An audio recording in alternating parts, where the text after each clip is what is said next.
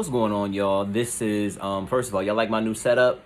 Look at this. It's got the lighting, you know what I'm saying? You got a backdrop now. You know, we doing it a little bit more professional. You probably will not see me without a hat until I get my hair braided. And that's just that. I had somebody ask me, why you guys got a hat on?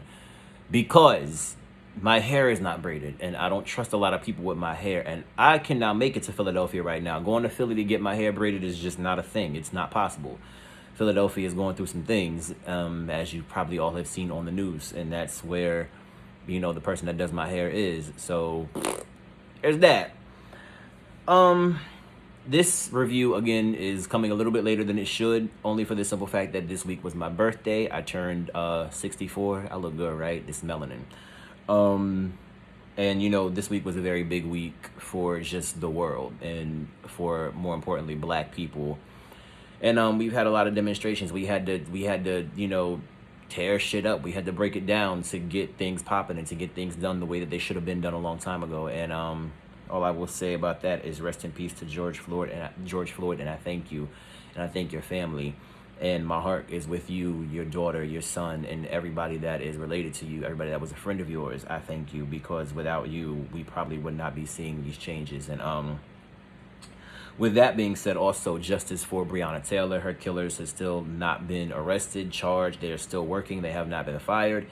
And we cannot lose focus. We need to continue. We need to stay focused. We need to remain united and remain aware of why we did this in the first place and why this all began. The protesting, the rioting, the looting. We need to remain, you know, aware and remember why this all started. And we need to do it for everybody. We need to do it for Sandra Bland, who didn't get the justice. We need to do it for Kendrick Johnson. We need to do it for Trayvon Martin, you know, Eric Garner, Khalif Browder. You know, today is the 5th anniversary of his death. And Mike Brown, everybody, you know, we lost. And so many others that we shouldn't even have to say, but we are saying. Anyway, this is the Insecure Season 4 Episode 8 review for Lowkey Happy. We're going to get into this and we're going to get out of this. This episode, we get into solely Lawrence and ISSA. We don't get into anybody else but them. We dive into, you know, the relationship, the breakdown, how it started, you know, why it finished, what really happened.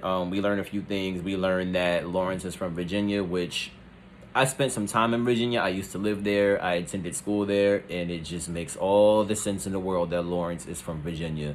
The way he did Shorty from the bank, you know, living on the couch, you know, unemployment, you know, comfortable with Issa, taking care of things. The most Virginia thing that he did was how he did the girl from the bank. Just wrong. Just wrong. Anyway, so as we saw in the last episode, Lawrence calls Issa, says he's been thinking about her. He wants to get together.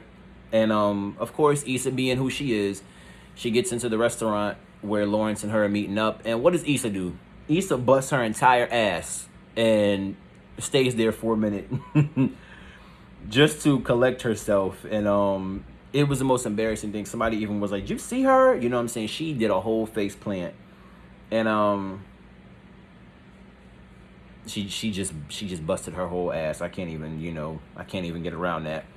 Lawrence goes over there, and you know, Issa was embarrassed, so she just laid there and let it marinate for a second. And Lawrence went back to his seat. She got up, some girls ran into her, and almost knocked her ass over again. And then basically, let's see, she barely made it to the bar to go sit down with Lawrence. And, you know, they talk, they laugh, and she says that, you know, the new place that they're at reminds her of a Lizzo concert. Lawrence ordered her a drink. You know, he knows what she likes, or so he thought. And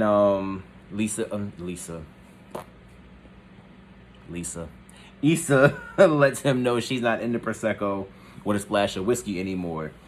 She wants Prosecco with vodka now. But Issa keeps the drink, even though Lawrence tried to send it back. She kept it, and even though Issa still likes to drink, it was more symbolic of Issa wanted Lawrence to see, I'm not that same girl that you knew. I've grown up and I've gone on to bigger and better things, or so I thought. Anyway, Lawrence wants to know how Issa's block party went. There I go again. What the hell? Who is Lisa? There's somebody named Lisa talking about me. We're going to figure it out after I finish recording this. He asked her about the block party. She says it was cool. It almost killed her, but it was cool. And, he congratulates her and they toast. He gives her an apology for not being at the block party. And he says he was in San Francisco interviewing for possible new jobs. And then Issa, of course, shows him love. And, of course, Issa does it without pause, because she's always very supportive of everybody in her circle, especially him, because as we know, she's always wanted this for him. She's always wanted him to grow up, get out there, and do what's best for him and do what's best for them as well. But he didn't do that. So at least now he's doing it for himself. Let's see.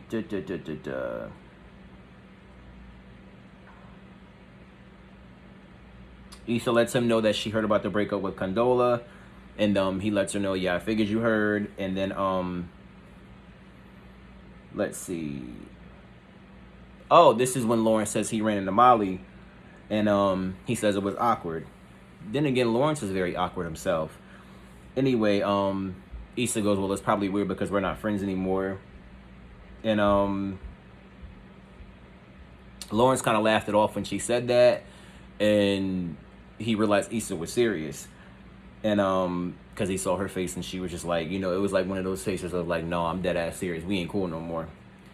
So then he wants to know what happened, but then the music got louder and people start bumping into them again.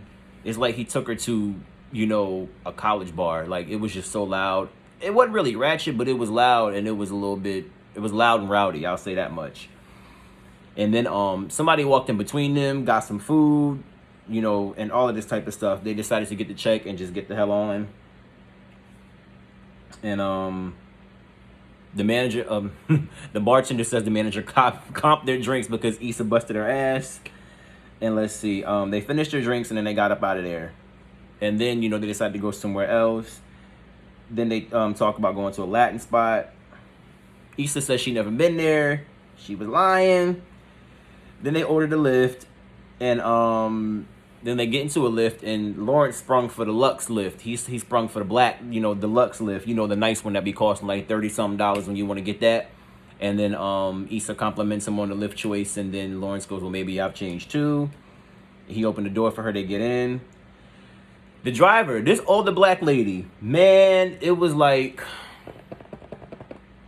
your grandma when she retires and she goes and gets a job with Lyft because she doesn't want to stay home and wants to make extra money. She was just all in their business. And Issa just does the most for trying to get her to stay out of the business and leave them alone. Issa says they ordered a quiet ride. Lawrence let her know she was rude for that. And then I think the lady asked where they were from, and Issa was like, from Alaska. And then the lady goes in to ask them if they're married. Issa yelled no. And I mean, she yelled no. She was like, no. And then the driver goes on and lets them know about her married life, says it was the best thing that ever happened for her. And Lawrence lets it be known that he bought Issa a ring. And I think Issa kind of caught the hint, like, wait a minute, you bought a ring? Like, oh, you ain't kidding. I think a lot of us thought that maybe he was kidding at first, but no, he really bought this ring. And before she can even process what he said, here goes the driver, overstepping again, and turns around and says he needs to propose. And I think she pulled out the flashlight or something because it was dark in the car. And got the light shining all in their faces like a cop. I mean, just had the full cell phone light, just boom, like,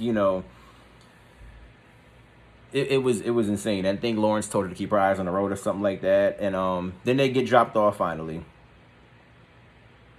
When they get there, Issa orders the food, and then she says that she had gone there finally, and it was on a date or two or whatever the case may be. And then it seemed like Issa was just trying to not let him know that she had been there before, because maybe she was trying to look a certain way in front of him. Maybe she was trying to impress him. Maybe she didn't want to let him know that she was dating, because I want to let you know I'm still checking for you. I ain't been out there like that. But we both know that's not the truth. Let's see. And then Lawrence lets her know you ain't got to walk on eggshells or whatever the case may be, and then makes a Kirk Franklin joke and tells Issa they should stomp. Issa once again is getting into what Lawrence wants to talk about, because they have been from place to place now, and still they can't have the conversation that he originally wanted to have to begin with. And she's asking him if he's sick, and then he's like, nah, I'm good, I'm in good health, or whatever the case may be. And let's see, when they get over there to order their food at the table, Lawrence can't decide what he wants. Issa takes control and orders all the food on the damn menu. And I mean, I felt very seen. I felt very alive when she ordered all of that food, because I'm not alone. I am not the only fat person that wants to order everything on the menu and have a whole spread when I go out. This is why I don't go out much. This is why I cook. This is why I stay home. Because I want everything. I want to taste a little bit of everything. I'll order every appetizer that we got on the menu, and we can make a meal out of that. That's just me. That's who I am. Or I want you to order something, you to order something, and you to order something, and then we just going to pass the plates around. We probably can't do that anymore because of Corona. Damn. Let's see.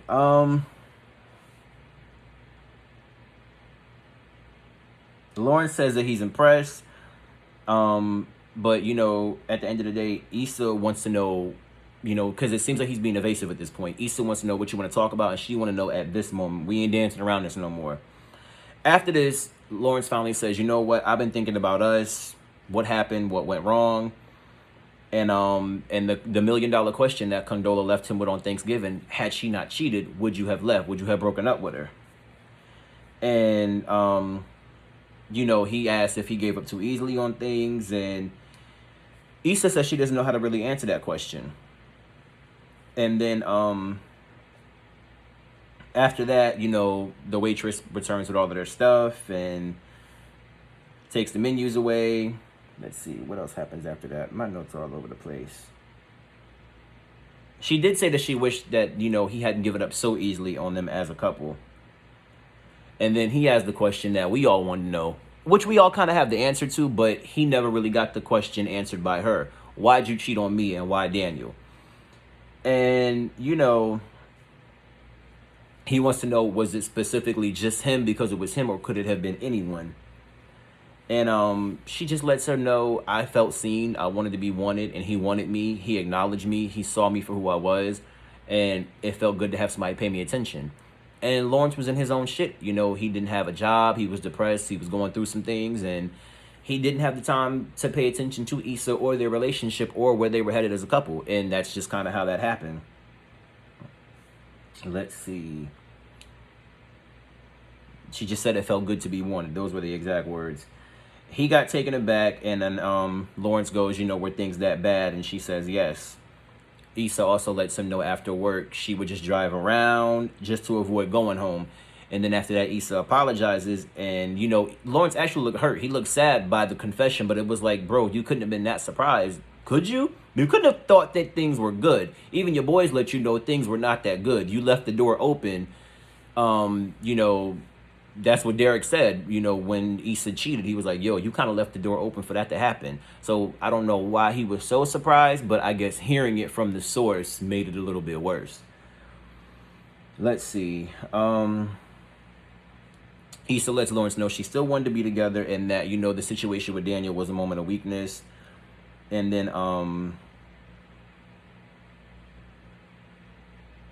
let's see, Lawrence lets Issa know they had recommitted, and that Issa really probably just wanted to destroy that. And Issa says, no, that's not the case. That the breakup actually devastated her. But she said that, you know, she was afraid they'd fall back into their old ways as well. She said the last year that they were together, Lawrence was really in a catatonic state. He didn't want to go anywhere. He didn't want to do anything. And that, you know, he didn't even want to have sex. And that, you know, made her feel like maybe you just didn't want her at all. Lawrence says he wanted her, but at the end of the day, when she would go up and go to work, that will remind him that he was just a loser with no job and nowhere to go. And then Issa cheated. It allowed him to break up and blame her for everything instead of blaming himself and, confront his own shit and letting himself know that, okay, this was my fault. I have part in this too. So Issa kind of gave him the excuse to blame everything and say, this is all your fault. You cheated. You know what I mean? Instead of facing everything that led up to that, I'm just going to worry about the one thing that you did instead of the several things that I played a part in that led up to this. Let's see. Oh, then Issa gets into the question we all want to know. Did you really buy a ring? And he says yes. And then Issa looks a little bit sad. She goes into the bathroom, and then Lawrence gets a text from who? Canola Oil herself. Condola. And then she lets him know, I want to see you tonight. Apparently, they had a situation that was going to happen a few days later. She wants to see him right then and there. Lawrence says he's out, but I'm going to get back with you later. Boy, oh boy. Who do they run into when they leave the restaurant? TSA, a.k.a. Booty Button. Issa's dude that she was messing with, a.k.a. the full-size dude, who she was messing with when the season first premiered. He is just loud and obnoxious as usual. Lawrence asks how they met. Issa tries to make it all, go away like Issa does. Let's just move this aside. Let's just brush it under the rug. He goes, oh, we used to get it in. He's also there with a girl named Mazda. I don't know why her name is Mazda, but her name is Mazda, and they're there. Mazda's all in her phone. And, let's see. Lawrence, after they get done talking to Calvin, makes it seem like he had left. He was just like, oh, you know what, I gotta go. And then Lawrence comes back around the corner making the same sound that TSA was making. And they actually, after this, go look at art together. This episode was actually very, very beautiful. I gotta give it to Natasha Rothwell, who actually directed this episode. Natasha plays Kelly. As you guys know, Jay directed this last episode before this when they were in Mexico on vacation, and Natasha directed this one. She's also a writer on this show, you guys. Natasha Rothwell is just a legend to me. I feel seen when Kelly comes on the screen. But she just is, to me, personally, I feel like she's an icon. I love her. I love everything about her. She can do no wrong to me. Let's see. So while they're doing this, they talk about different things. Let's see. They make their little signature jokes talking about Idris Elba, the Born Identity. They buy art. I believe Lawrence bought her some sort of shirt that we'll see later in the episode. And then Issa sees Lawrence in his phone. And Condola calls. And Lawrence lets Issa know, look, me and Condola still trying to figure out what's going on. And Issa just nods, And then they find out that they're actually neighbors. They're only a few blocks from each other. They're literally neighbors now. One's around the corner, one's here. So they lift home together. And Issa tells Lawrence, you probably just got a little bachelor pad or whatever the case may be. And then, no, come see my place. And I think we all knew where this was headed when he said, come see my place. And not only is the place nice when she gets in there, but, he has a cleaning lady and everything else. It's just mad nice. And, I think she was surprised at how grown up that he really was. He has their old couch as well. Issa goes to the bathroom and he goes outside. He calls Condola back and he lets her know, listen, I may or may not be there. I'll let you know, all of that good stuff. Then Lawrence goes back inside and Issa's getting ready to leave. And she was like, she better go because she don't want the Lyft driver to be upset and all of that good stuff. And Issa at this point knows he was talking to Condola, as she has known, for about, the latter part of this episode now. I know that you've been talking to her, whatever the case may be. And Lawrence says it was good seeing her, and Issa asks, what happens if I stay? Bam! The moment we was all waiting on. At least I was. I knew this was coming probably from the beginning of the episode. A little part of me thought, you know what, maybe they'll walk away and just not have anything happen. But I know these two too well. And even like the last time when he came over to the house and they randomly did the do on the couch that time, I knew that this was probably a strong possibility, and I was right. And ISSA says she ain't ready for the night to end. So Lawrence says being with her that night, you know, together, it made him happy. And they really did. Like, these two have such chemistry. They really did look like they were happy to be in this moment together. And I think we all felt happy for them both. I think we all were kind of rooting for them at this point. And you know, what else happened? ISSA says you make me happy in general, which I think we've all known this at this point. I think we've all known that there's a little bit of a void in ISSA's life, even though we think that Nathan has filled it, which I'll get into that in a little bit. I think we all low-key want those two to be together, kind of like Melanie and Derwin on the game. It's just always got to be Ding Dong and Melanie. It's got to be ISSA and Lawrence. I think we all feel that way. And Lawrence gets closer, they kiss, and tells ISSA, says, Lawrence tells ISSA, I want you to stay. So that Lyft driver just go ahead and just cancel the ride at that point. This was not your average scene, though, as we know what happens next as far as the sex scene. This was not that. They made love in this scene. It was passionate, it was sweet, it was sensual. This wasn't, the typical things that we see on Insecure sometimes, like with TSA. It just wasn't that. Those two were just, being freaks. This was two people becoming one. And this was two souls intertwining. This was that Lauryn Hill. This was that D'Angelo. This was that Angie Stone. This was that. This was that Erykah Badu. This was the Jill Scott. It was that. You know what I'm saying? This wasn't two live crew. They wake up, and it's the morning after. And then Lawrence, and let me see what happened. Oh, Issa's talking about San Francisco. And then Lawrence asks, you gonna miss me if I move? And what did she say? Oh, I think she made a joke about Lawrence's legs not being able to deal with the hills over there in San Francisco. And then Lawrence says, you want me to drive you home? And then Issa decides to walk. I was getting ready to say Lisa again. Damn. And she walks home and she looked so happy and she looked at peace. She really did. It wasn't even a walk of shame. It wasn't the morning after walk. She looked very happy. She looked at peace. She looked complete.